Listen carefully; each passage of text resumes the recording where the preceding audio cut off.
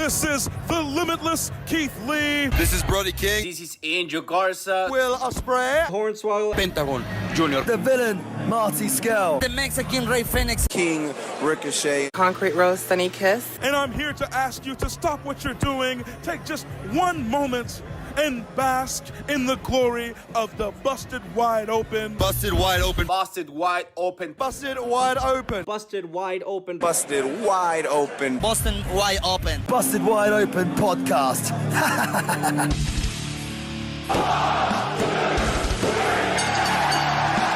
You're listening to the Busted Wide Open podcast, dropping the elbow on the hottest topics in sports entertainment and the world of professional wrestling.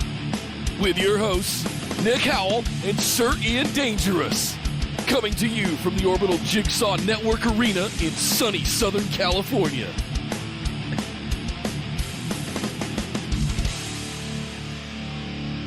Welcome everybody to BWO Live, coming to you from across the Busted Wide Open universe of Twitch, YouTube, and Facebook. This is the WrestleMania Backlash recap and analysis for the show that we just finished watching. My name is Nick Howell. And I am Sir Ian Dangerous. And yes, as you may notice if you're watching us live or here on the tubes of you or Twitch, wherever you're watching us, I am I'm enjoying a delicious zombie cocktail out of my zombie glass. Why, you may ask? Because zombies. There were zombies on this show, Nick. There were goddamn zombies. WrestleMania Backlash pay-per-view.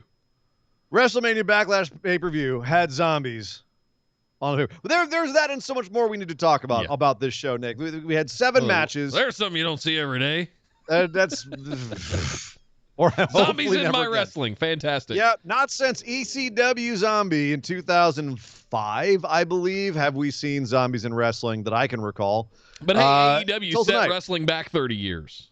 We'll talk about that and so much more in today's show. We have a lot to discuss, as well as a bunch of big championship matches and a title change.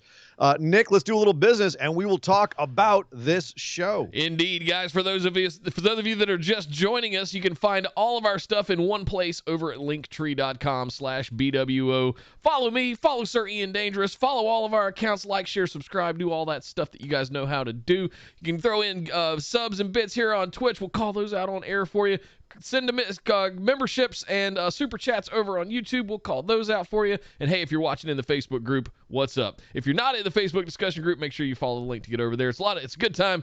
Lots of good fun news stories, memes, good times as well. Make sure you get into our Discord as well. Lively chat tonight in Discord. Thank you guys all for showing up for the live chat. We really appreciate it. If you'd like to support the show in additional ways, we do have a Patreon as well, patreon.com/BWO. Head over there and sign up for one of our exclusive reward tiers. We can get access to copies of the show notes, audio-only versions in the podcast form, all at the $5 tier. Plus, you can send in questions for our patron mailbag episodes every single week. You can also get bonus episodes and much more at the higher tiers. It's patreon.com/BWO. A little bit of business to kick things off. Sheriff McDonald, Sheriff. Resubscribed with a tier 1 sub for 10 months in a row. Oh, that means he gets a little bucket of And good. gets the chicken. Yes. Nothing like a good bucket of chicken on a Sunday night, I'll tell you that. Especially here in the South. We do like a bucket of fried chicken on a Sunday afternoon. I'm hungry. But that's it for the business to kick things off. All right. Let's not waste any more time, because I'm very excited to talk about what just went down on WrestleMania Backlash. Man, Kyle already shaming me in the chat. He did bring up Halloween Havoc 2020. There were zombies there. Damn it! But you're right, sir. But, however, we'll talk about the zombies later on in the show. That's right. Yeah, there were zombies Dexter Lumis there. and Cameron Grimes thing. Had zombies. Yeah. Damn, All right, my recency bias. Dang, I know, right? Well, it's all right. We'll talk about that in a little bit. Good call, Kyle. We'll talk about that in a second. We got to start off the show with the pre-show, of course. We had Sheamus surprisingly come out to issue his quote-unquote open challenge. Of course, these aren't for the U.S. title. These are just come out and challenge the champ, which I love. I love his whole gimmick. Even the fact that he says, "Come for me, gold." All of that. It's a lot of fun. This time he got I wore answered. my Sheamus shirt just for the show. That's very, very racist, sir. I'm shocked. What? I'm shocked and appalled. How is that racist? And horrified. unbelievable. It's Sheamus comes out, asks what the crack is, and apparently gets the crack is Ricochet. So we had an all-Irish match, Sheamus versus Rick O'Shea. O'Shea. Oh, Rick O'Shea coming out to face Sheamus.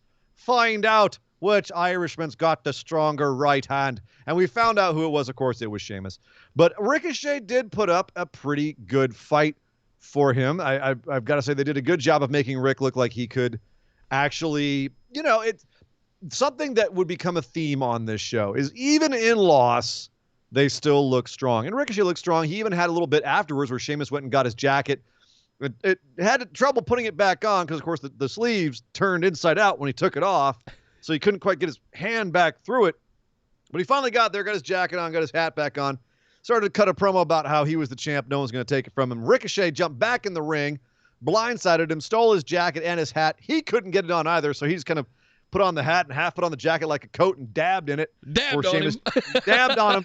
He dabbed on him. He snorted coke off his elbow before he jumped up the ramp and ran away. I'm not saying. I'm just saying. Know where your shit comes from. If you know, you know. If you know, you know.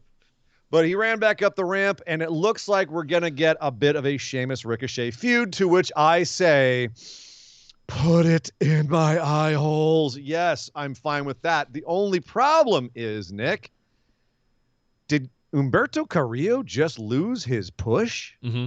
Oh, I think he's seriously injured. Ooh, he's not. He's apparently good to go. Oh, okay. They were saying he was good to wrestle after the match. He just kind of messed himself up a little bit, but like he was fine. He never should have grown the beard, man. It's just you can't put a giant man beard on a tiny guy, I have realized the error of my ways, and I really can't diss Carrillo's beard, not with what I can grow. You, however, sir, with your gigantic, face fuzzy over there, can absolutely do it. I, however, cannot. So I'm just going to say that it sucks. It does seem to be a trend with WWE where if you get injured in a match, such as Creative, where you're given an opportunity, someone else could come along and take that opportunity. Look at Ali and Kofi Kingston. This might be the case here where Ali is kind of Ricochet is kind of ascendant right now through his matches with Ali over on Main Event. He might be getting a bit of a shot to put some shine on Sheamus by giving Sheamus a good opponent to fight against. So if that's the case, I'm all for it. They had great chemistry in this relatively short match, and it was a lot of fun. Ricochet sells. He's one of the best sellers in WWE right now. So if you have a guy who's really good at hitting you and a guy who's really good at selling those hits, you're probably going to have a good time. Yeah. I halfway expected Ali to interfere here because those two have been putting on some bangers over on Main Event. I thought maybe we do something crazy where Ali cost Sheamus the title and then Ricochet and Ali end up fighting for the United States Championship. That has my attention. If Ali ends up orbiting around this Sheamus and Ricochet thing, if it becomes real, that's going to get real exciting real fast. I wonder. I'm cool with just Ricochet and Sheamus because I really, truly think that Sheamus is going to hold this belt for a minute before he gets the feud he's going to lose it to. I don't think Ricochet is going to get this title. Okay. But again, wait and see. If he did, I certainly would not be mad. No. I just feel like Sheamus has a thing going on with it with the open challenges and whatnot. But that was just the pre-show. Then we got to the main show, and we opened up with the women's triple threat, Rhea Ripley, Asuka, Charlotte Flair, for the Raw Women's Championship. And damn, Nick, they picked a good match to open this show because this was fire. This was a damn good match. Damn good match. But I do have a question before we before we really break it down. As I break it down, I want you to kind of weigh in before I do. Did you feel that Charlotte Flair stole the spotlight of this match through the booking or through her own personal charisma? It kind of just happens when Charlotte shows up, doesn't it? I don't know that it's because she gets booked that way. Is she just that damn good that she overshadows anyone else that she's going to get in the ring with? You know what? I'm going to break it down right now, but personally I think it's a little bit of both because you did have initially it was kind of an even thing where the women were all facing off with each other. It felt like it was evenly booked where, so-and-so would have a little moment of shine and be beating up the other two or beat up one of the other two and someone's lying outside the ring. And it kind of went around pretty evenly until at a certain point, Rhea and Asuka teamed up in a way to take on Charlotte, and Charlotte had to take on both of them. She gave them both chop blocks at the same time. They're trying to superplex her. They did superplex her off the top of the rope at the top of the ring at one point, and then later on gave her another suplex in ring, which she was able to counter, chop block them, and give them both natural selection at the same time. It ended up becoming Charlotte versus both of them in the booking. And so while I think that Charlotte definitely can hold her own and was definitely the most interesting person when the entrances were happening, like the way she was glaring at Rhea and the way she was reacting to Asuka, she was definitely doing a lot of work, if you will, a lot of selling. But in the middle of the match turned into booking Charlotte against the other two women. And I do kind of question that in the sense that you have two stars in Rhea and Asuka who were in there doing fantastic work as well. And having it be Charlotte against the world definitely is in the favor of Charlotte.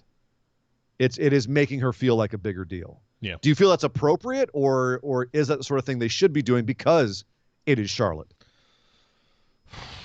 It's tough because you don't want to downplay Charlotte, even though she could handle it, because you need to set. I believe they're going to head into Rhea versus Charlotte and hopefully lean on the history of what happened in 2020 with Rhea winning, Charlotte winning the Royal Rumble and Rhea being the NXT Women's Champion and what transpired at WrestleMania last year. Yeah. I hope they lean into that. There's good storytelling to do there. There's good history and lore there that we can really play into going into SummerSlam. Oh, well, we're going to talk about it later, but we now have a surprise others pay-per-view that's coming up in a month. So I don't know, man. There's part of me that thinks, well, this could be the booking. This could be setting up Rhea Charlotte, but there's also part of me that goes, it's just Charlotte Flair. She shows up and she's freaking magic. And here's the other thing is for everyone who hates Charlotte, like there's a reason she's at the top of the card. She's that damn good. The end of this match saw all three women trading finishers, attempted finishers and counters.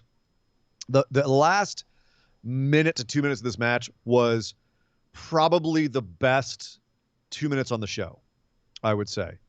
You had a few spots that were better. You had some matches that you could have argued were better, but the last 2 minutes of this match were absolute hot freaking fire with how fast-paced it was, how quickly they were countering each other.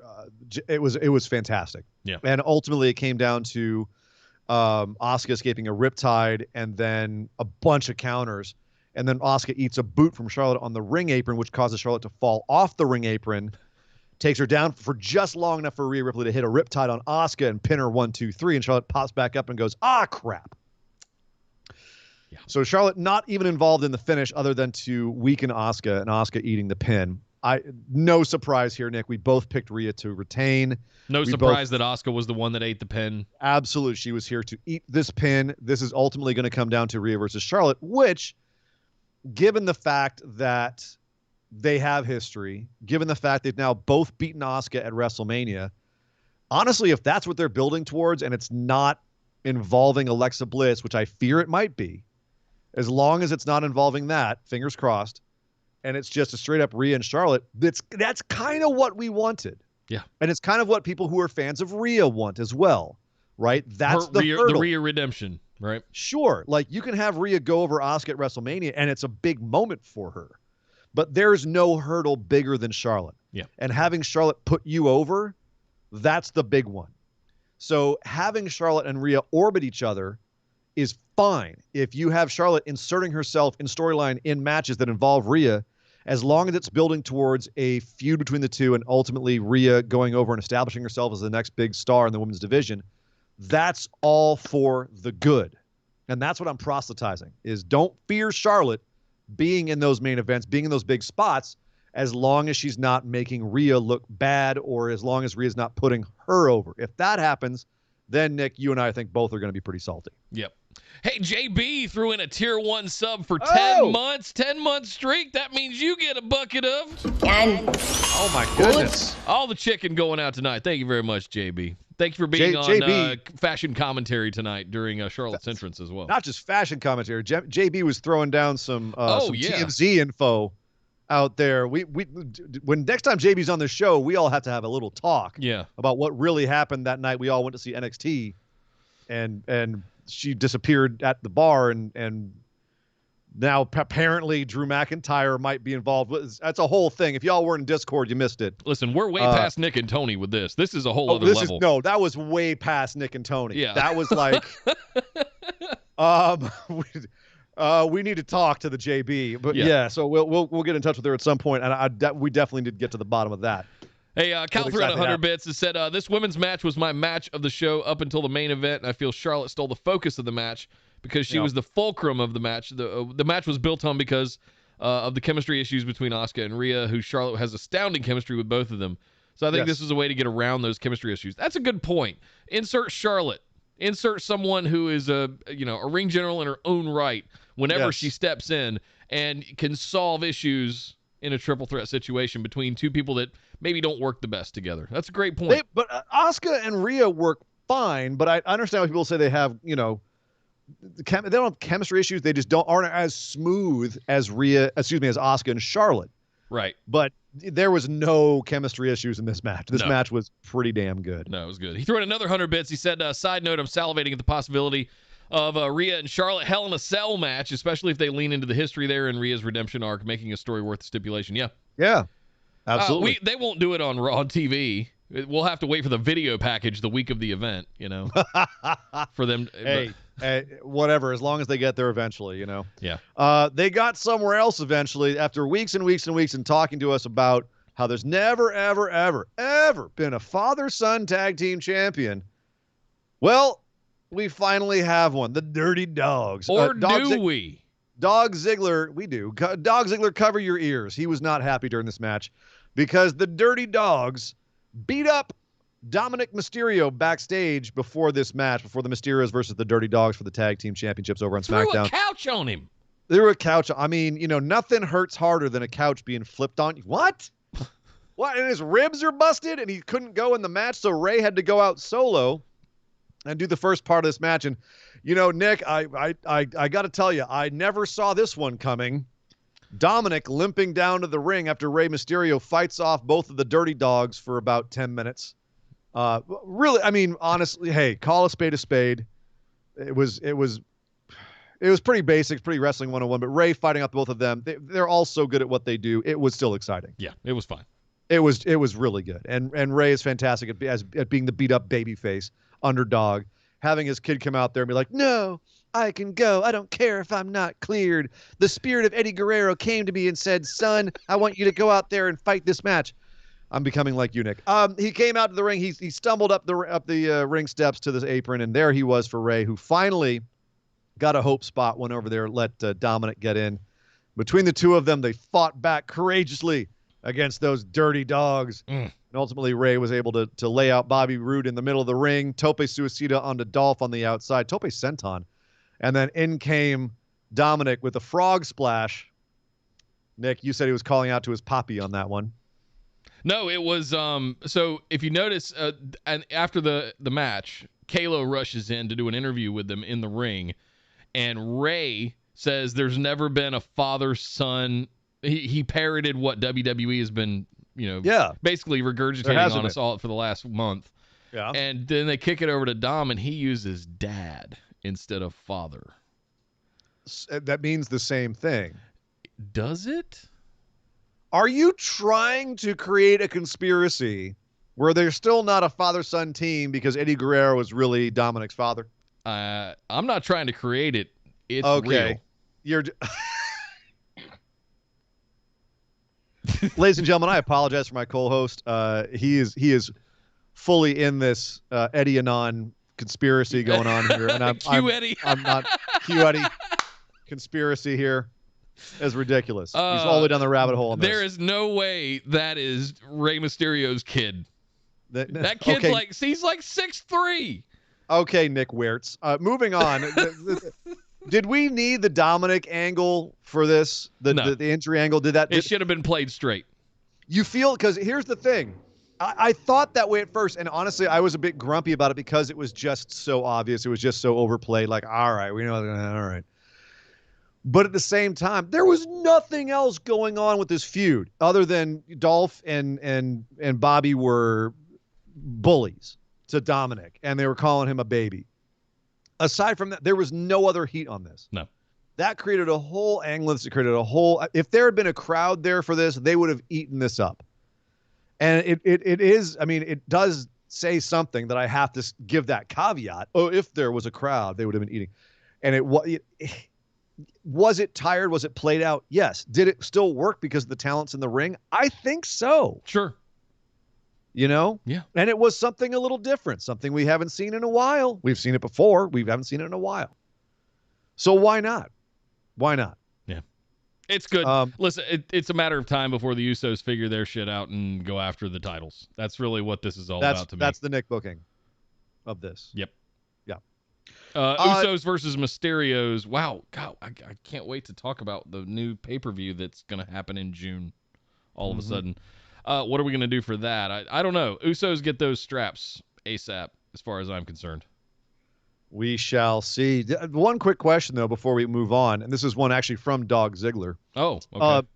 Did the dogs look bad because they couldn't beat one guy and they couldn't beat one guy and his injured son? But that one guy is the legendary Rey Mysterio. I give it a pass for that. Anybody else? The other guy is the legendary Dolph Ziggler. And the guy from Beer Money. I mean, I'm just saying, like, Bobby Roode's got a bigger legacy than Dolph Ziggler, to be honest. Bobby Roode is a bigger legacy than Dominic. Yeah. And now Ray we can argue, Ray versus Dolph. Obviously, I'm being a bit of a dick. But the point here is that it kind of undermines, like, these are your champs. They can't beat an old man and his injured kid when they have the old man isolated for 10 minutes. That's the one thing that bothers me. Yeah. I mean, Dog Ziggler. It bothered Dog Ziggler. That's what I mean. I guess. Tell him to go chew on a toy and get over it. Yeah. All right. And I'm also salty because you won this one. I picked the Dirty Dogs in the last minute because Dog Ziggler was biting my ankle, and he was insisting that I pick this. You knew this was coming. I did, but I listened to my dog because he bites really hard. Ow. Oh, yeah. He's a big boy. Yeah. Speaking of biting hard, Nick, it's... Nice time. segue. Yeah, thank you. Bravo. It's time. Let me get my zombie mug back here and I get a nice swig of that. Because something happened on this pay-per-view I think very few people expected. Miz and Morrison were preparing for their lumberjack match with Damian Priest, and Miz told Morrison to go make sure all the lumberjacks were on their side. And Johnny Drip Drip said, yeah, I'm going to go lay a thirst trap for those dudes. And Miz said, I don't think you know what that means. and Morrison said, no, it's all good. I got this. So he heads into the locker room where it says lumberjacks. They literally have a locker room for the lumberjacks. He goes inside, and right off the bat, you knew something was wrong because a red light spilled out of there. And you pan into the room, and the room is filled with freaking zombies. I don't mean metaphorically. I mean literally, like Walking Dead, Day of the Dead. Literal undead. Literal undead. And my head went, genius. I'm not gonna lie. I did mark. As a big horror movie and zombie fan, I did mark out. I'm not gonna lie. Well, zombies. Oh, that's they cool. looked great too. They weren't just like half-ass put together. Oh no, the makeup was fantastic. I actually wonder if they brought in Tom Savini or Nicotero or someone who actually knows how to do that kind of makeup to do it, because it looked that good. It was pretty solid zombie makeup. They got the Halloween Horror Nights people right next door in Orlando. They do. That being said, of course, this was all in service to the movie that was the sponsor for this entire pay-per-view, that being Army of the Dead, Zack Snyder's new movie. His I guess spiritual follow-up to his Dawn of the Dead remake back from 2001, 2, somewhere around there. Love that movie. And apparently that movie dropped a bunch of money on WWE, because not only were there zombies in that room, but then they started shuffling out of that room after Morrison. Later on, we had Miz and Morrison in the hallways, and the zombies chased them to the ring. So during the match, so Damian Priest comes out, has his whole normal entrance. Miz and Morrison come out. Halfway down their entrance, the camera filter changes to like a kind of almost sepia, like a kind of a washed out LUT. And if you know color timing, they're kind of like a tan LUT, tan blue LUT. And you had some zombies like kind of stop them, and they went, what the hell? And mist starts pouring out across the floor. All of the LED screens go to kind of like a broken down post-apocalyptic building look. It looked like a Resident Evil backdrop of some sort from a video game. Yeah, well, old school, not Village. That's a completely different thing, Right, and it's also an amazing game. That's neither here nor there. Miz gets into the ring. Morrison runs away because the zombies are chasing him. The zombies actually come out from underneath the commentary desk and scare off all the commentary guys. And then we have, I shit you not, a match between Damian Priest and The Miz with zombies surrounding the ring. Now, luckily, zombies can't roll, so they're unable to climb into the ring. So one thing that they've never actually pointed out on Walking Dead or any of the Romero movies or anything like that is that zombies cannot actually roll into a ring. So the safest place in a zombie apocalypse is inside a wrestling ring. We obviously WWE knows this because that is how they played this segment with zombies unable to get into the ring. But luckily, anytime that they went outside, the zombies were able to attack them. Priest, of course, being a martial arts guy, can kick zombies in the head. Yeah. Miz fought them off as best he could. Morrison came back at one point to help, but was ultimately, even though his parkour stunts were very helpful at first, he overplayed his hand, climbed up on the barricade, zombies grabbed his legs and pulled him down behind the barricade and ate him. I will say that again, John Morrison has been eaten by zombies in kayfabe. And breaking news from Sheriff McDonald in the chat. Apparently Maurice and Taya Valkyrie have both gone on Twitter confirming that their husbands are both dead. I appreciate them keeping to kayfabe. Yeah. Now, it's only a matter of time before they both come back as zombies because Miz did end this match eating a hit the lights, and Damian Priest escaped while the zombies finally figured out how to get into the ring, which, by the way, totally undoes my previous statement. Sure. Because apparently, it only takes, you've seen Land of the Dead? Yeah. Like Big Daddy, it takes them a while to figure stuff out, but eventually they learn. They get Zombies there. learn. They learn. Yeah, they're learning. So their brain kind of moves slower. But ultimately, they did get in the ring. Never mind the steps in the corner. That's, Let me say that again. They ate Miz. Yeah. Sadly, no guts and no blood, because apparently only blood and guts can set wrestling back 30 years. Zombies, however, not so much. So, Nick, there's a lot to unpack here. Obviously, what's that right whole off the glass bat, houses, stones, and all that? Yeah. Yeah. By the way, the capper, I have to talk about this. Is as Damian Priest is walking up the ramp, he shoots his little fake arrow at the Titantron on the ceiling above the ring, and the name of the movie Army of the Dead shows up there. The only thing this was missing was Batista's entrance music hitting and him coming out and machine gunning all the zombies on the ramps. The only thing this was missing, well, that would be really awesome. Batista came out with two gigantic machine guns, like Carl Urban in Thor Ragnarok. I just watched that this absolutely weekend. just laying waste to all the zombies. That would be great. Dez and Troy. That would be amazing. However, that did not happen, nor did we actually see any blood or guts in this match, nor did we get to see Vince, with all the money that he got from the movie companies, rubbing his nipples, his bare nipples, with all the $100 bills that he made from this.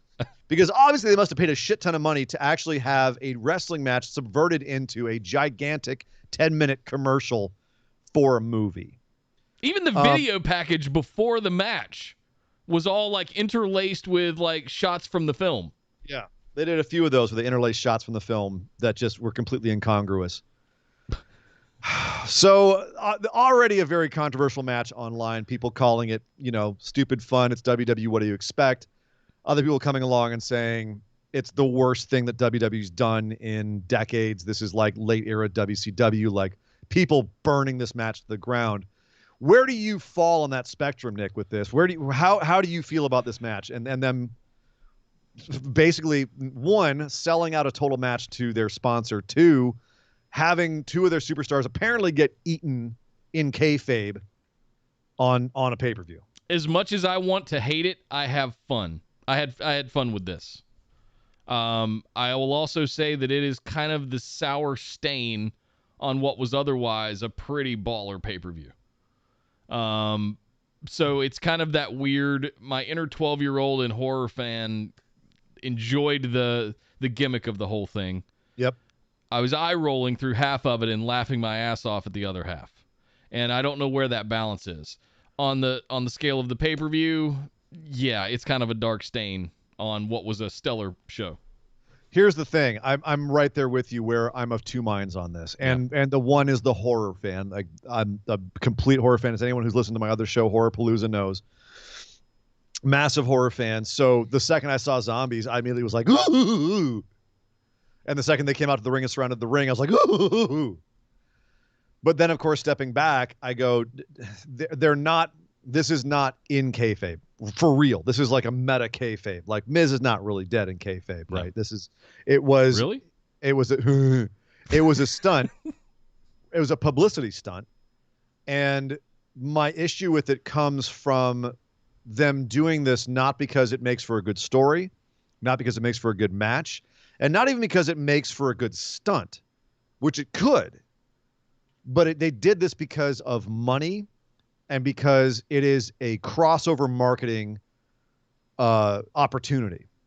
And that sets a really ugly, bad precedent where you're willing to sell out your storylines, you're willing to sell out your characters, you're willing to sell out the believability of your product just because you need something to market. Could there be an argument that Bad Bunny was somewhat similar to this? But the difference, you're trying to get money, but the difference is Bad Bunny didn't pay WWE to be there. He didn't give them lots of money to be there. He went and worked his ass off for 3 months. He just brought more what he brought was eyes to the product, and he functioned as a wrestler. Sure. This was just the movie paying them to do a stunt match. And that's what irks me, because let's say that, you know, what's that cheerleader movie series? Bring It On. Bring It On. Just bring it. I don't know. Just bring it. Whatever it is. Oh, it's already been brought. Or Step Up. You know, like dance movies. Let's say one of those movies comes along and wants to give WWE $10 million to do a sponsored match like this. And let's say it's the same thing as a lumberjack match. A bunch of cheerleaders around the ring. We'd shit all over it because it's not zombies, right? Take the zombies out of the equation. Take the trappings that I love out of the equation and have it be a whole bunch of people that have, you know, nothing to do with wrestling or this match or this story or anything. And you incongruously add it to this match and make the match about that, and then the match ends with a big promotion for that movie, that's gonna make me insane. You could just have Quagmire pop in and go Adnan Vert and just go, this wrestling match was brought to you by Army of the Dead. Yes, go see Army of the Dead in theaters now, also on Netflix. Yes. Hey, you kind of do that Starring anyway. former WWE champion Batista. That's right. Yeah.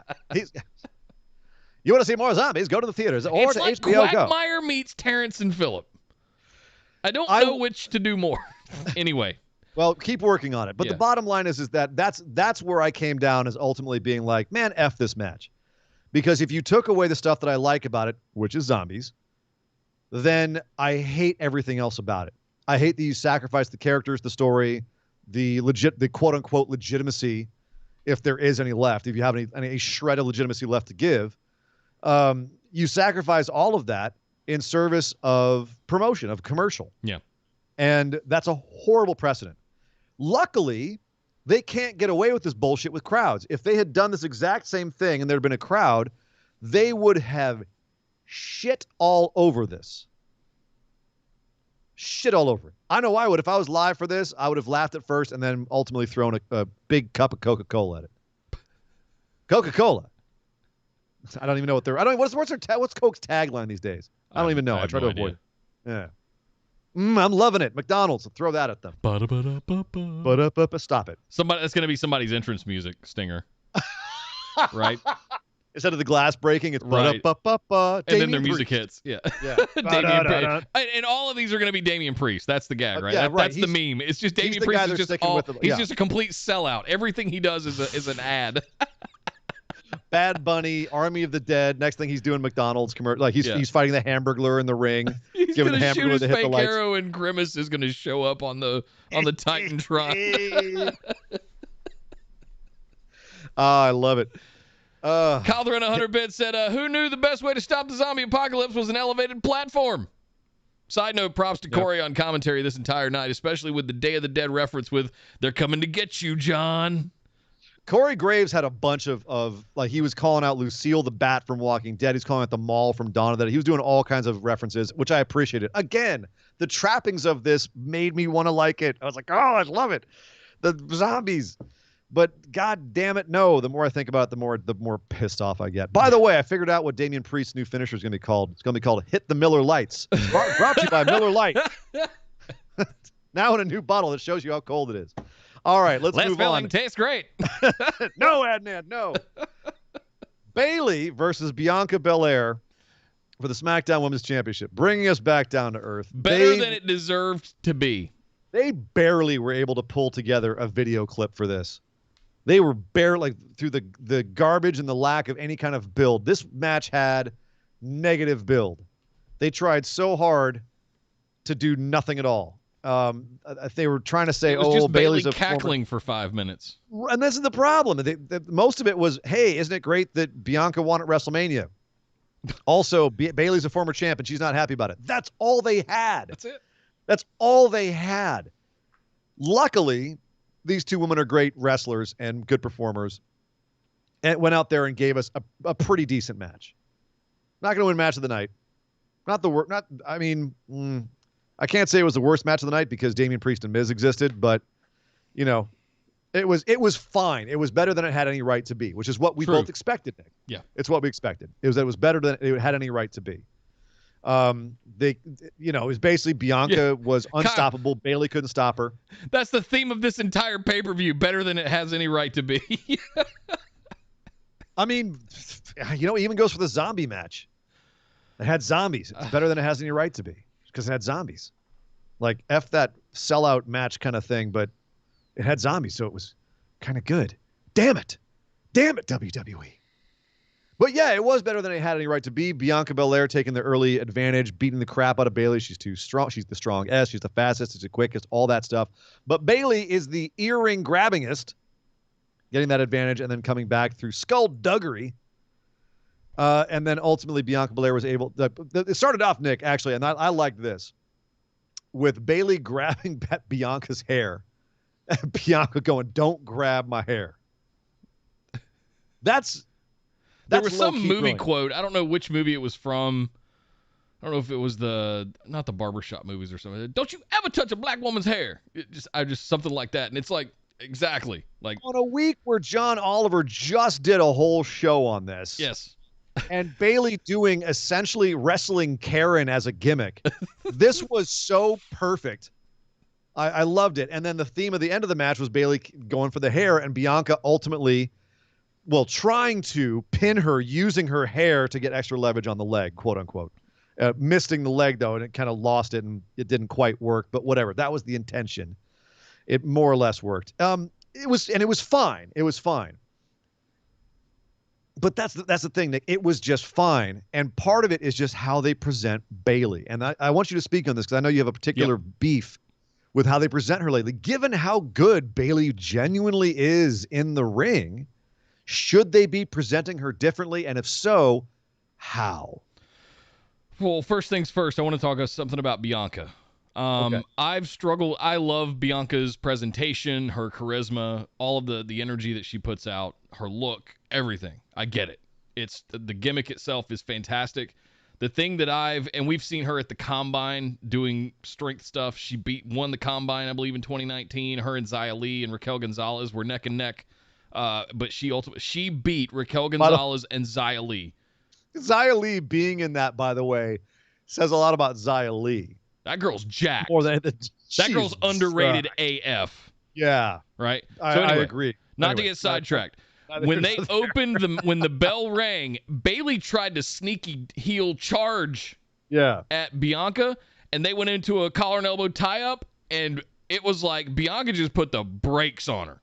Mm-hmm. All momentum that Bayley had, it was like running into a brick wall. I was like, whoa! Stuff like that, and then they had an outside spot where Bianca threw a shoulder tackle into her, stiff AF, and Bayley just like straight flapped.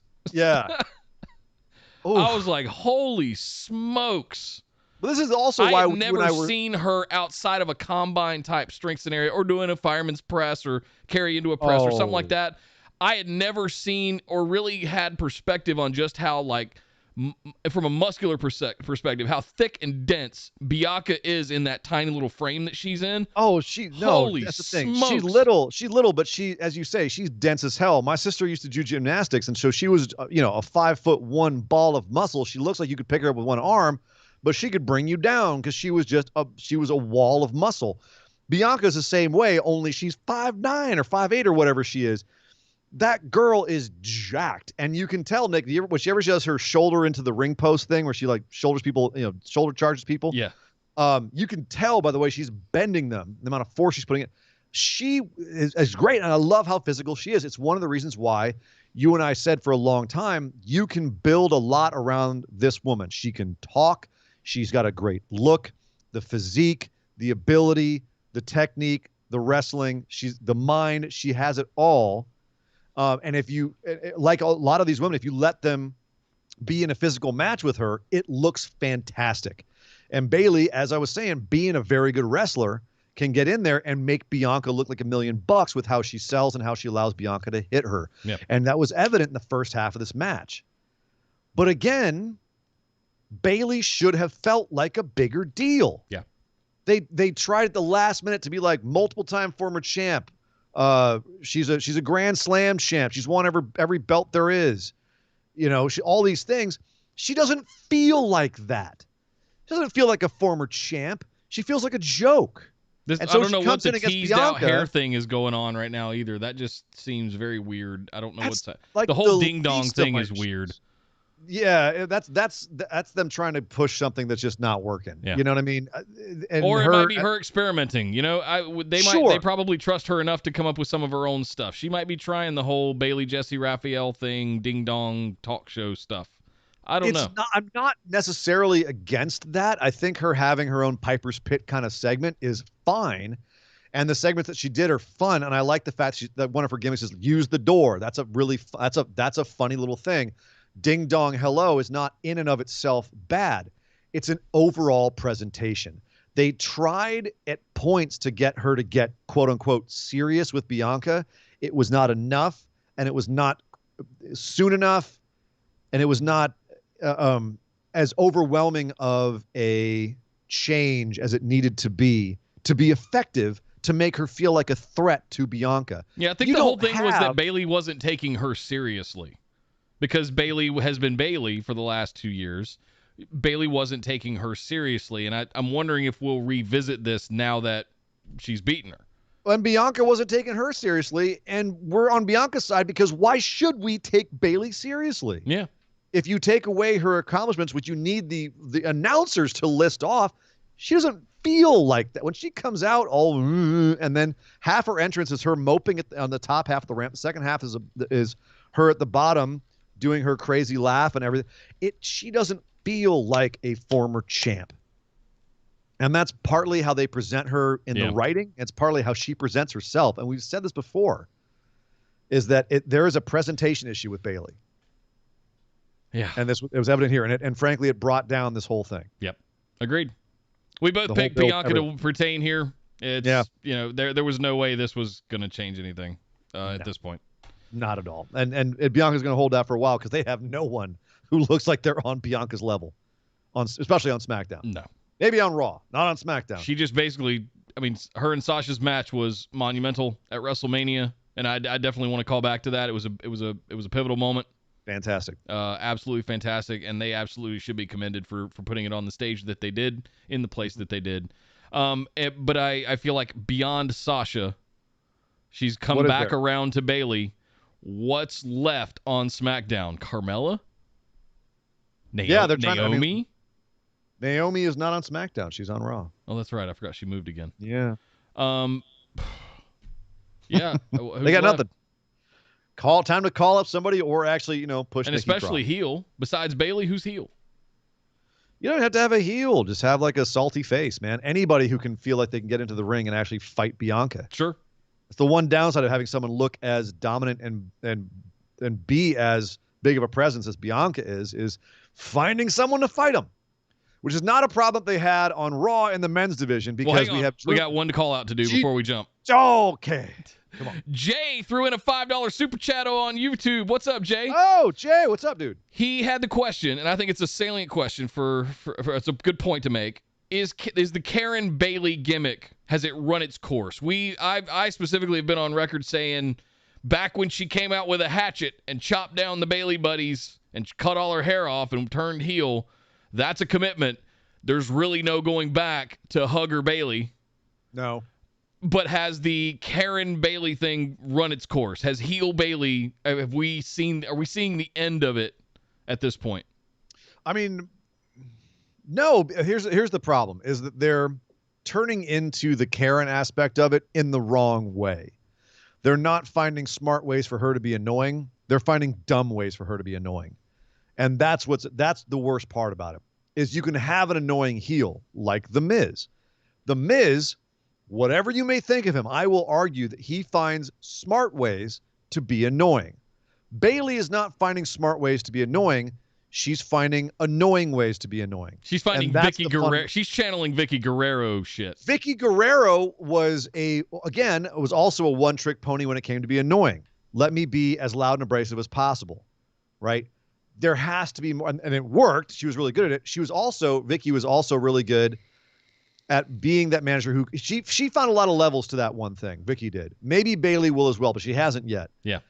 But Bailey's doing something else here that again, she's just sticking to one or two things that aren't coalescing. They're just annoying for the sake of being annoying.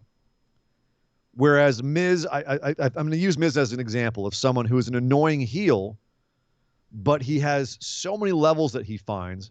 He's got so much charisma. He's always very on. Bailey's not always very on. Yeah. As well. That's the other issue, is energy.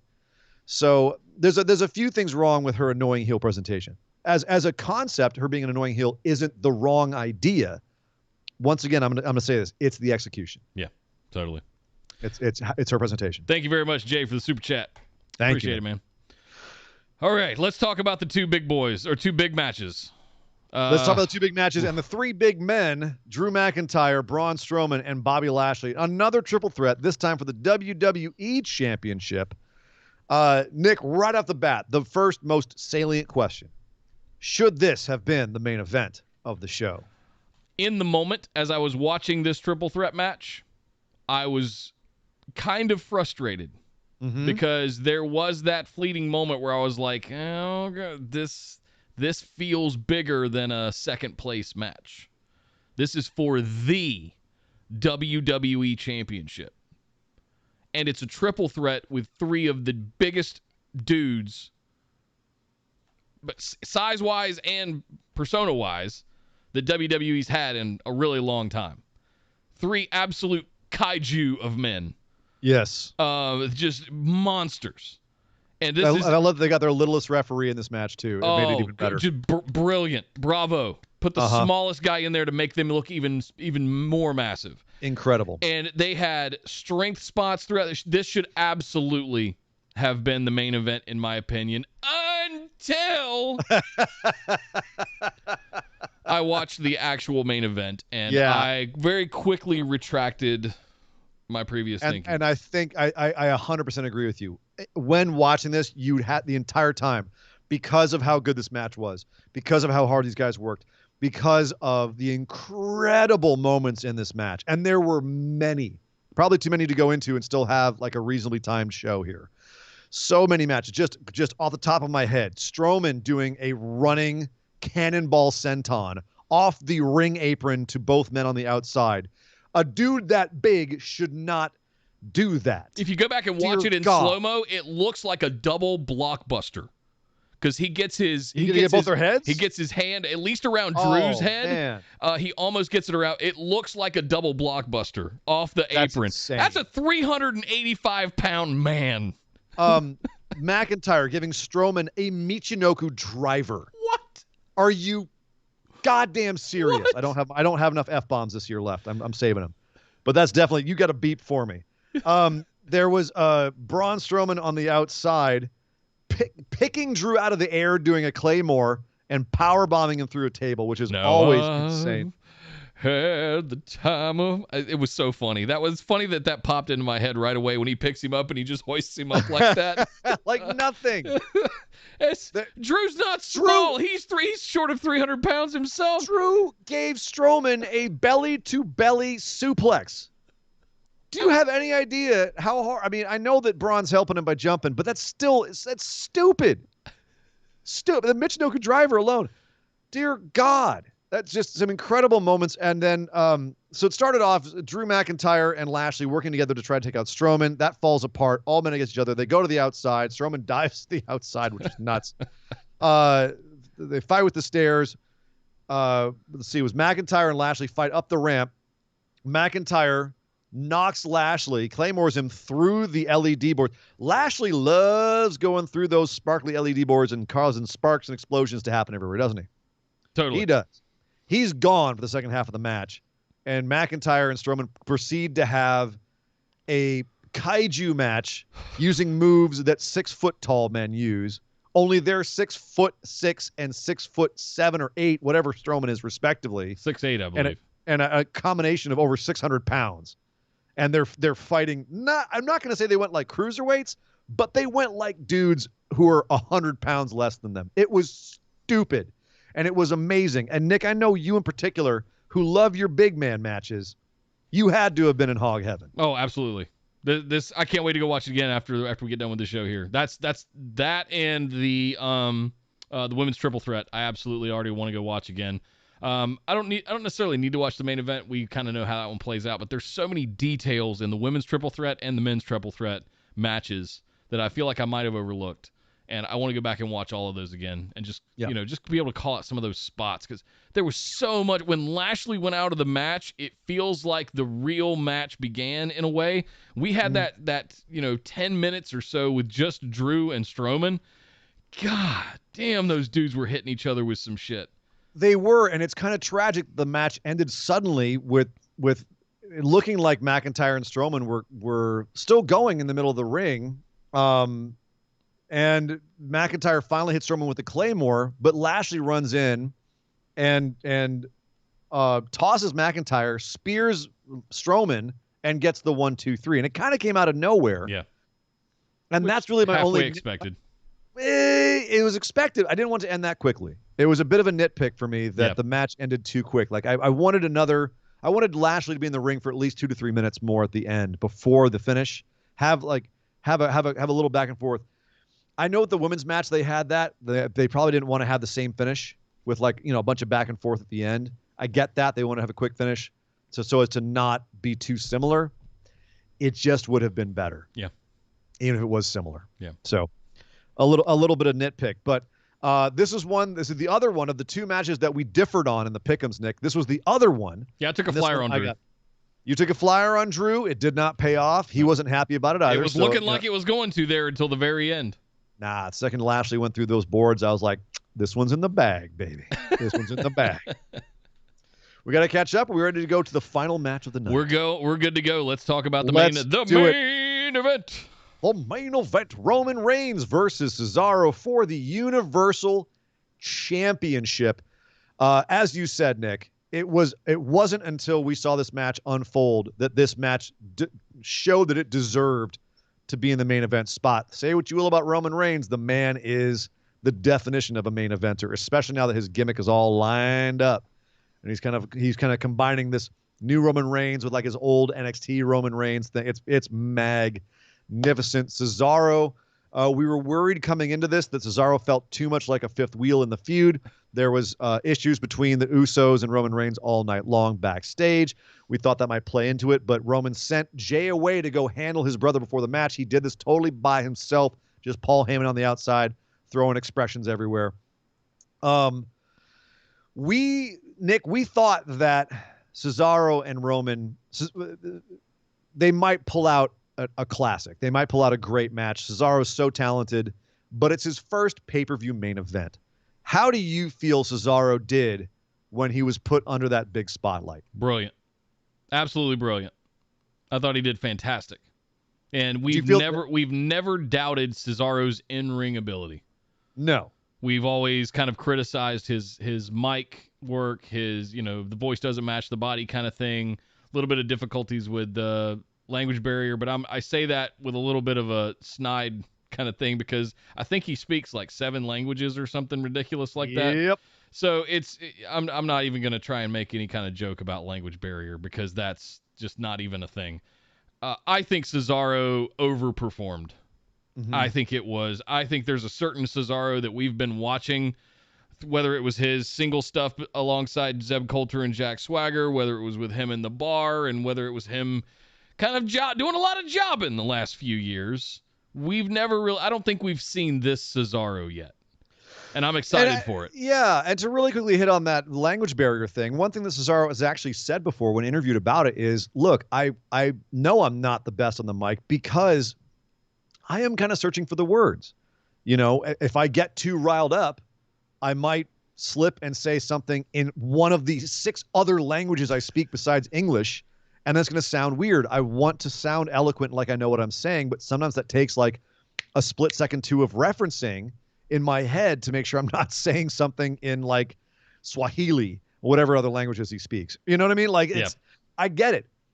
There's times like, I speak a little Spanish, I speak a little Japanese. There's times on both of those where like sometimes I want to make sure I'm not I've almost said things when I'm speaking Japanese in Spanish because it just naturally, like sometimes if I say maybe, sometimes I'll say it in Japanese and I'll say it in Spanish and it'll switch. I get what he's talking about. So I can kind of forgive him on that. Luckily for him, as you said, Nick, he is the best. The reason he's over is because of what he does in the ring, and he showed it off here. A man his size doing a corkscrew plancha. What? Yeah, he had a few just insane spots. Out wrestled Roman Reigns, out strengthed Roman Reigns, and Roman ultimately had to target his arm. Cesaro, quote unquote, tweaked his arm doing a bump outside the ring. Roman then targeted the arm for the rest of the match. The arm just kept getting broken down, ultimately costing him the match, even though they had a bunch of moments where Cesaro fought out of things that he, quote unquote, shouldn't have been able to because of his injured arm. He fought out of a couple different guillotine chokes, which Roman has made in my opinion, one of the scariest submissions in WWE. He's made that submission into a legitimate finisher. Cesaro's head turned purple and all of his veins were popping out of his head. He's either really straining or really getting choked to make that happen. And I don't know if you noticed, Nick, but on the very last one where Roman finally got him down, I mean, they had to just wrestle him down. Cesaro did such a good job of fighting out of it. Cesaro actually grabbed Roman's wrist and was pulling his wrist out from Cesaro. He was grabbing his thumb, twisting his thumb out, doing some Pete Dunne shit. Yeah, to try to get the choke off of him, but it was his right arm. It was the bad arm, and that was the one that could, like, normally Cesaro could have done that, but he couldn't because he was being choked out. That was some more of that storytelling. This match was, I think it might have been Kyle or Andy. I'm not sure who in the chat said this was chess. The big man match was checkers. That's why those Lyle two matches that said that. Yeah, might have been Lyle.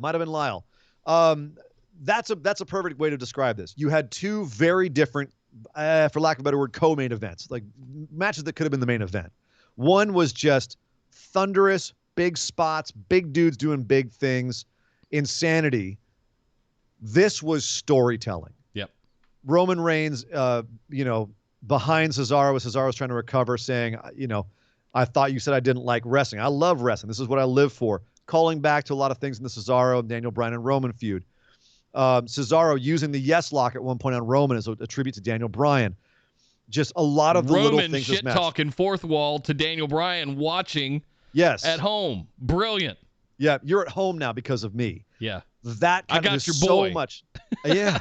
So much of that stuff in this match. Slower paced, everything deliberate, but everything executed so perfectly. This was a fan-freaking-tastic match, a great main event, the proper main event, and a great contrasting match to a lot of the other matches on the card. They did a great job of building this and a great job of building the other matches to make this stand out as being its own unique thing. They did a good job of making Cesaro look like a legitimate contender who just couldn't. It was not his day against Roman. Roman just had that little bit of edge. But as they said at the end of this, is Cesaro has nothing to be ashamed of. They didn't make like Cesaro looked like $1 million in this, but he did look like he wasn't on Roman's level. He got attacked by Seth after the match, which indicates they're going to go back into that feud. Cesaro knows his level now. That's his level. But that begs the question: who the hell is ready for Roman Reigns at this point? Nobody. That's what I've been saying the whole Ain't time. nobody. He's going to hold that thing for a year or more. At least. I mean, the commentary was saying it. Who can beat Roman Reigns? He did this solo. No excuses. He got it at SummerSlam last year, right? Speared the Fiend. Yeah. So, I mean, we're a couple months away from the first year. He could have it another year. At least. There ain't nobody. I mean, Big E is still farting around with the Intercontinental Championship. He's the only guy I can think of. We're going to have the draft sometime this fall, potentially, that could shuffle things up a bit. But maybe that'll do it. But at the end of this match, I'm like, yeah, okay, Cesaro goes back down to Seth. That's appropriate. You got Roman who's standing tall at the end of this. There's plenty of story to tell with him just walking around with the Universal Championship and supporting the Usos in their, adventures to go get the tag team championships. If that's what really happens. I know him and Paul ringside for the Usos, causing shenaniganry and things like that, just kind of floating around being mischievous. Yeah. Perfect. There doesn't always have to be somebody challenging for the Universal Championship. It's okay if he just holds it. So one thing I got to ask you about Cesaro, though, here. They obviously gave the man an opportunity because he had a lot of support backstage with the boys, with a lot of staff. Everyone loves Cesaro back there. Everyone loves Cesaro out in the audience. But as we said, he's never going to be the guy. He's not. And if you think he is, I'm sorry to tell you, it's not going to happen. It's never going to happen.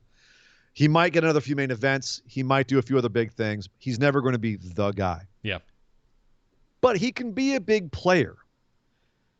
And he's one of the guys, when people talk about brass rings, he's one of the guys, because he's actually brought it up himself, what is the brass ring?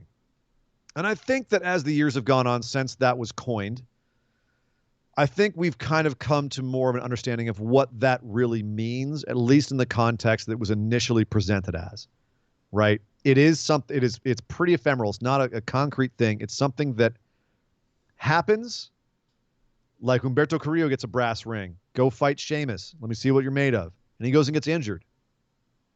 In some people's eyes, that's dropping the brass ring. And that sucks. Yeah. That's the case, but it might be the case. Cesaro is being given a brass ring right now. Okay, you've been a good worker all those years. You've been a good hand. Everyone got the support for you. You know what? We'll give you a main event. Here's your opportunity. Go out there and prove what you're made of. Go prove that you're as good as everyone says you are. Do you feel... Was this his brass ring moment? Yes.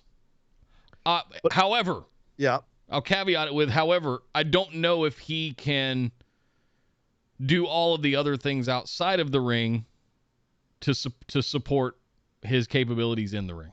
Well, that was going to be my next question, is if this was a brass ring moment, was it kind of a gimme with the sort of undercurrent of, you're going, like, this may elevate you elsewhere on the card, but you're not going to be another main event guy, right? You might get a bit of a push. This might be a bit of an opportunity for you.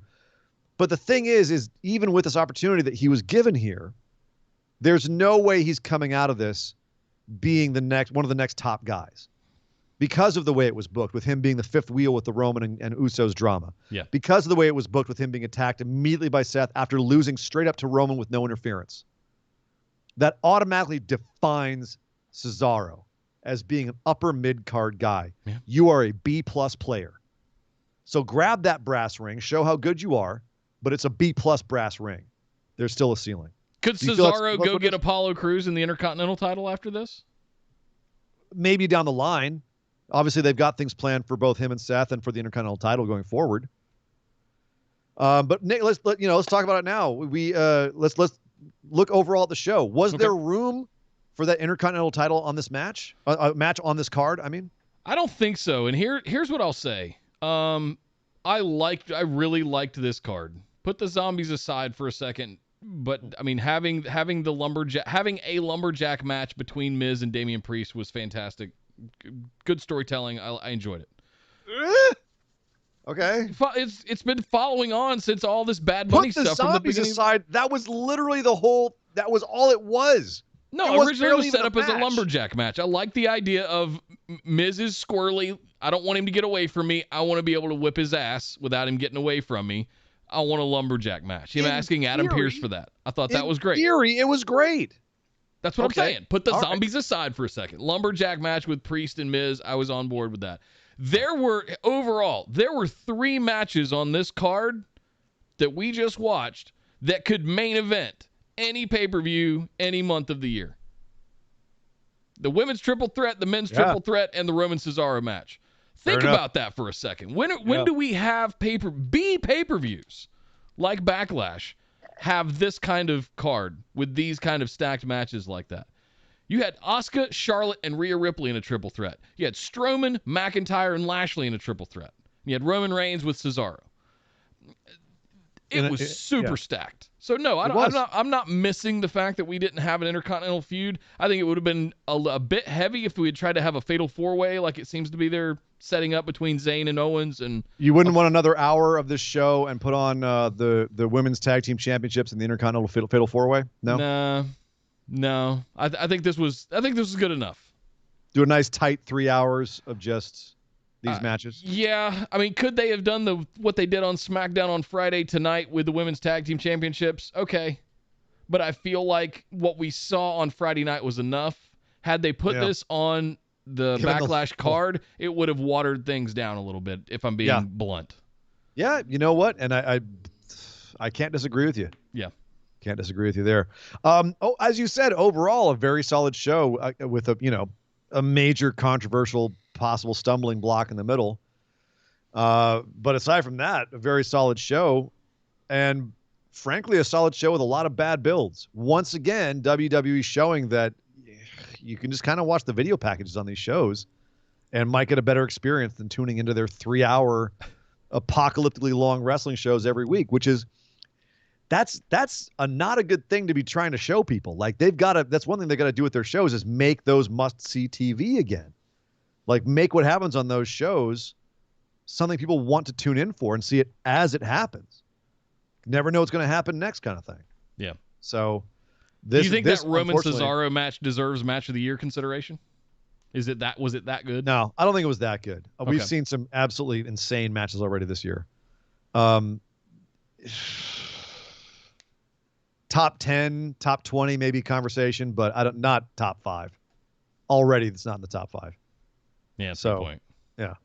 Those are pretty well already. It's very good. It's very good, but it ain't like that, man. Those are kind of already established between New Japan and AEW. Yeah. And even WWE, NXT's had a few good ones. Like that's been a lot. The NXT ones, yeah. NXT's had some great ones.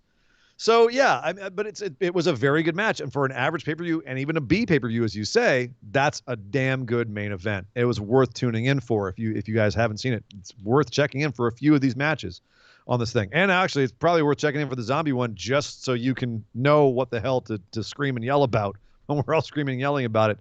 Well, speaking of which, since you brought that zombie thing up again, I had a thought between when we were talking about it before and getting to the end here. What's the anomaly? What's the one thing that's different over the last couple of months? Anybody? With what? With WWE and the way it's delivered its pay-per-views. It's on Peacock. Hey. Okay. NBC Universal. Yeah. Loves ad money. Loves they doing do. big ad buys. Oh yeah. That's where I'm thinking here. I'm thinking that's the anomaly. This is kind of the first time we've seen something of this caliber. And I'm wondering if their influence came in here. I'm wondering if I want to go look and see in the deep credits who's on the top line, who's EPing that movie. We've seen WWE sell out to sponsors before and make whole things up.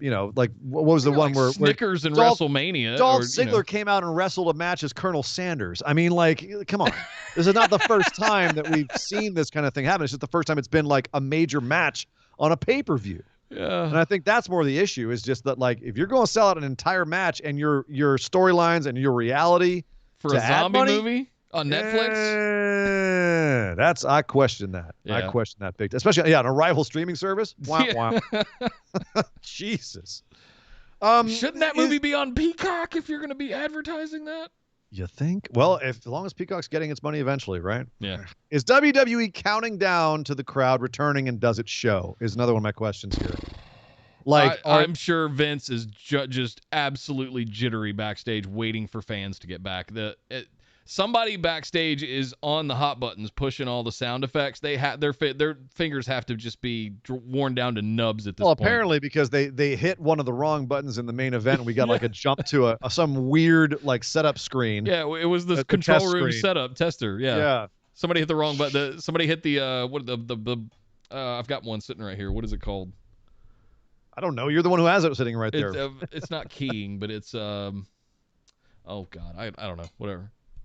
It's the way that you do the color bar tests, you do your signal testing, signal strength testing, all that stuff. But it's the main control room board, and it's on your switcher. So when they're hitting camera 1, camera 2, camera 3, camera 4, they've got buttons for each of those, right? Yeah. One of those buttons is the main feed of what the control room sees, what the truck sees. Right. Oops. Somebody just fat fingered it. That's all it is. They fat fingered it. Yep. We've done it on this show before. Hey now. Kyle with 100 bits. Thank you, brother. He said they had an ambulance match between Drew and Randy to plug a new toy. Yeah, that's their own. That's their own merch. I mean, every match they do, in a way, is to plug their own merch. Roman's wearing a shirt that says, crush 'em, stack, or smash 'em, stack 'em. And it shows him with a picture of him beating Edge and Daniel Bryan at WrestleMania. Jimmy Uso came out 1 week after saying, "I'm nobody's bitch." And he has a shirt that says "Nobody's bitch."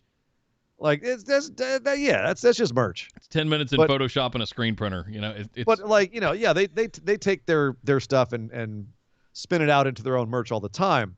This is someone else's thing that they're also, since you referenced that match specifically, Kyle, I never once got toy advertising from the ambulance match between Drew and Randy. The one where they had Braun tear apart the car, and then they had like Braun and tear apart car toy immediately available afterwards was a little more blatant than that. That one was a little bit like, because the storyline was pretty serious, and having Braun tear apart the car. Camaro broken in by Braun Strowman.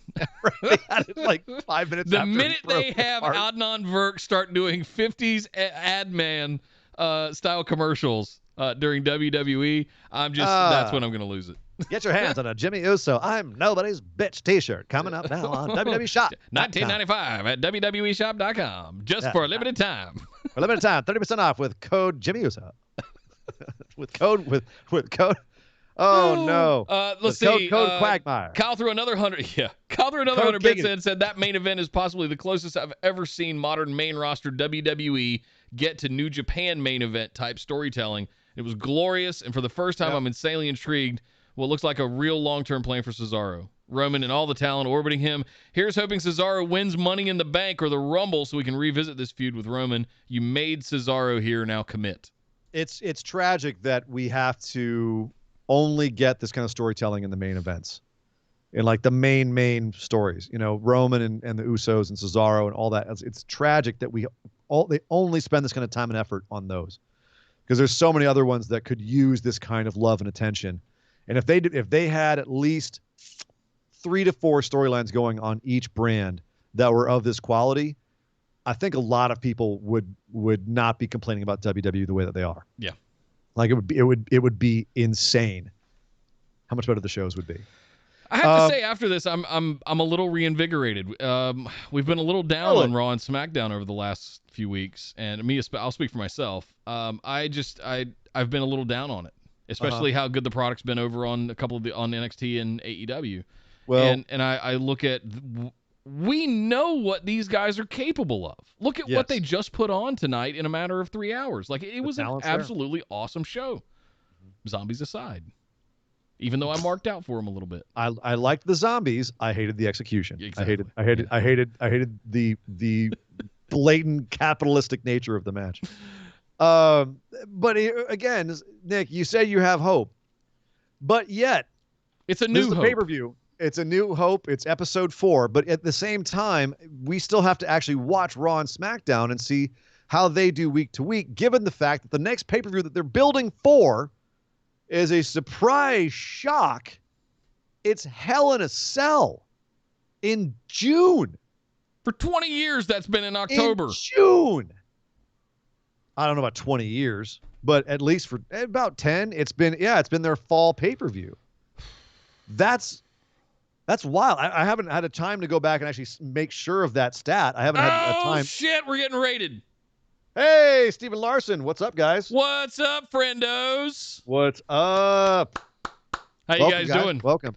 We're just wrapping up here. We're actually talking about Hell in a Cell and the fact that it's now in June this year. I mean, it really is going to be hell. I mean, normally you have Hell in a Cell in October because at least it's cooled off a little bit. But I mean, okay. Hell in a Cell in Florida in June. Why do this? That is why hell. do this? Why do this? Why do you do this for? Why you do this? Is it because Hell in a Cell is a pay-per-view that they can do without fans, with fans coming back in July? That's currently the projected return of fans to WWE and regular shows. Are they doing this now so that Money in the Bank can be pushed to where they can have fans, and like Hell in a Cell, they can do more with less fans? Is that why? Is it because I don't think it's the storylines. The storylines certainly are not ready for a Hell in a Cell type situation. Roman Reigns and Cesaro rematch, Hell in a Cell. Seth Rollins and Cesaro, maybe Hell in a Cell. Strowman and Lashley and McIntyre triple threat rematch, Hell in a Cell. I don't know. What Hell in a Cell matches do you even see right now? I want to see Drew Strowman continue whatever they were showing us tonight, because that's some shit we hadn't seen. Like that, them doing the kind of things that they were doing. I don't need a cell to see Drew do a Michinoku driver to Strowman and have my jaw drop to the floor, though. True. Very true. You know, so it's bizarre of all pay-per-views to flip Money in the Bank with. Hell in a Cell. Yeah, exactly, boss man. That's a lot of wild. beef in there. That's a lot of meat in that cage. Yeah. That's so much. That's like veal. They're sticking a lot of meat in that cage. That's crazy. So I'm very curious what the thought process is behind Hell in a Cell. And when you say I'm actually reinvigorated with Raw and SmackDown after this pay-per-view being so solid, despite a lack of cogent good builds, that makes me wonder, well, then what are we going to get on Raw and SmackDown to build us to Hell in a Cell? Are they going to do any exciting changes to their storylines to make Hell in a Cell worthwhile?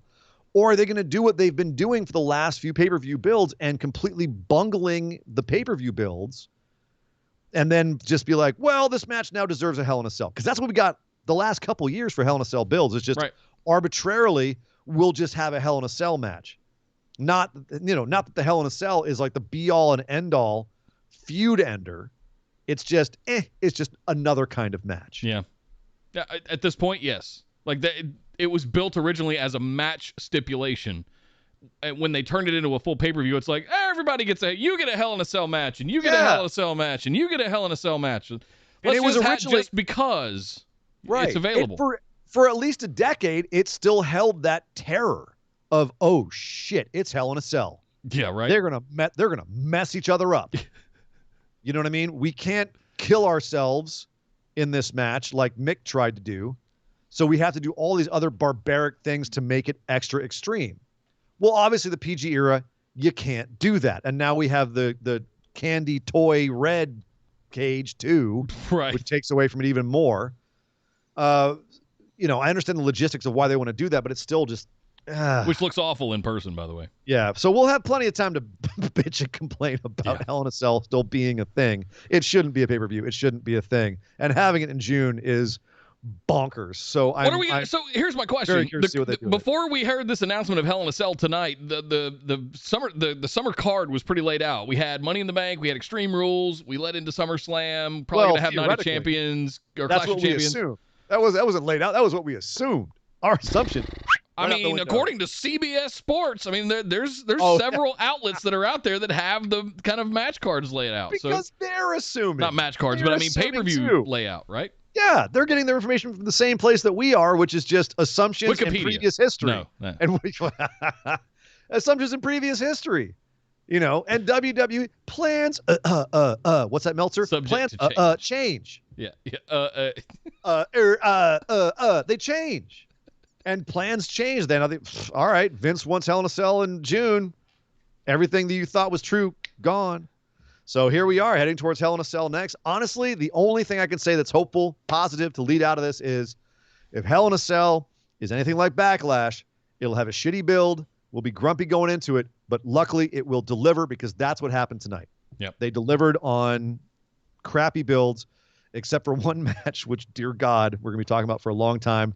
Probably more than any of the other matches on this card, sadly. Ultimately, this was a pretty solid pay-per-view. It was. The other thing I'll say about Hell in a Cell being in June is that Money in the Bank could go later in the year. I think that's actually more compelling because we're not sitting around watching somebody carry a briefcase doing nothing with it if we have Money in the Bank later in the year and it's closer to Mania. And it has tighter implications than it does for, I don't know, Clash of Champions or Payback. And hopefully that means that they put it on somebody with some foreknowledge of what they want to do with it, not like, give it to Otis. Vince likes him right now. Or Brock Lesnar because lol, we can have him Beast in the Bank. We can have him pretend it's a boombox. Give it to someone who can actually use it. That was genius, though. That one moment was funny. Putting it on Brock was not genius. It was a waste of a briefcase. It was. Don't put it on somebody who can get a title shot tomorrow like that. It's stupid. It's a waste of speaking of Lesnar, you asked a question earlier about Roman Reigns is whoever's going to take it off of him. There's a long road to getting Brock. I mean, he's not going to come back to those crowds, and then they got to negotiate the money with him. So we'll see. Yeah, we'll see. But that would be certainly poetic. It would to have Roman and Brock. Have everything come full circle and Paul Heyman's in the middle playing tug of war. But to have it be poetic, Brock would have to lose. So once again, don't think that's going to happen. But at the end of the day, ladies and gentlemen, that was our review and analysis of Backlash. Thank you for hanging out with us. Thank you to the friendos for showing up. Thank you, friendos. What's up, everybody? Thank you to our phenomenal ones for hanging out with us in Discord during the actual show and for showing up here on YouTube and on Twitch. And those of you who maybe you're watching later on Facebook, thank you all very much for hanging out with us tonight. Thank you, Stephen Larson.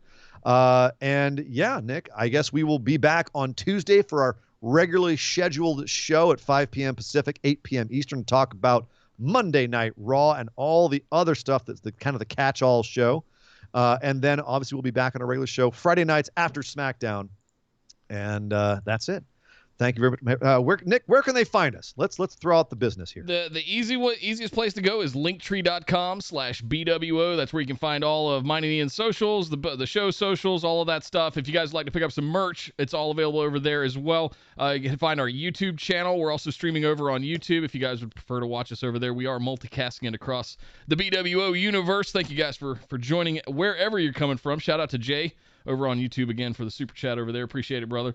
I wanted to check out, since we got all of these friendos in here on top of our phenomenal ones, who can we go raid? I see Leva Bates is on right now. Let's mess with Blue Pants. Yeah, let's mess with Leva. I saw somebody say Marco Stunt was on. I just don't have his channel. Marco's fun to raid, man. He loves it. Well, let's do Marco. Let me see if I can find his doodah. One time. Real Marco Stunt. Okay, we'll go raid Marco Stunt once we get out of here. Yes. Don't drop off, everybody. Stick around for the raid after we do the outro. Yes. But guys, my name is Nick Howell. You can find me on Twitter at DataCenterDude. And you can find me on Twitter at Sir Ian Dangerous. But by God! Would somebody stop the damn match? Uh-oh. Something froze. Let's try that again. Hello. Something completely froze up on me over here. But until next time, my name is Nick Howell. You can find me on Twitter at DataCenterDude.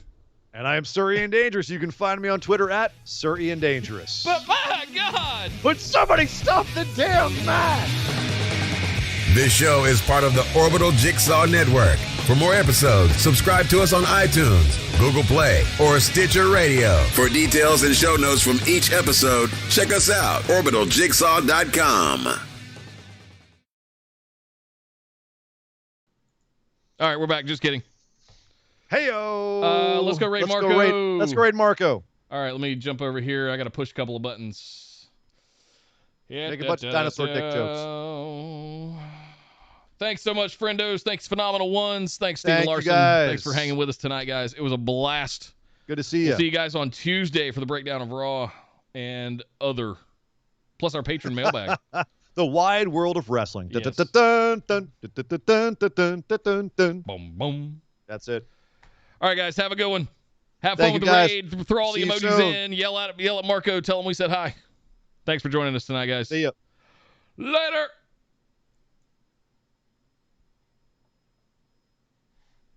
We only took. Did we only take 49 with how much we? Oh, 85. I Hey, saw we took 85. Yeah, 86, I think is what I saw. That's fine. We lost about half of the friendos, but. Whatever. Oh, he's not even there. Oh, no.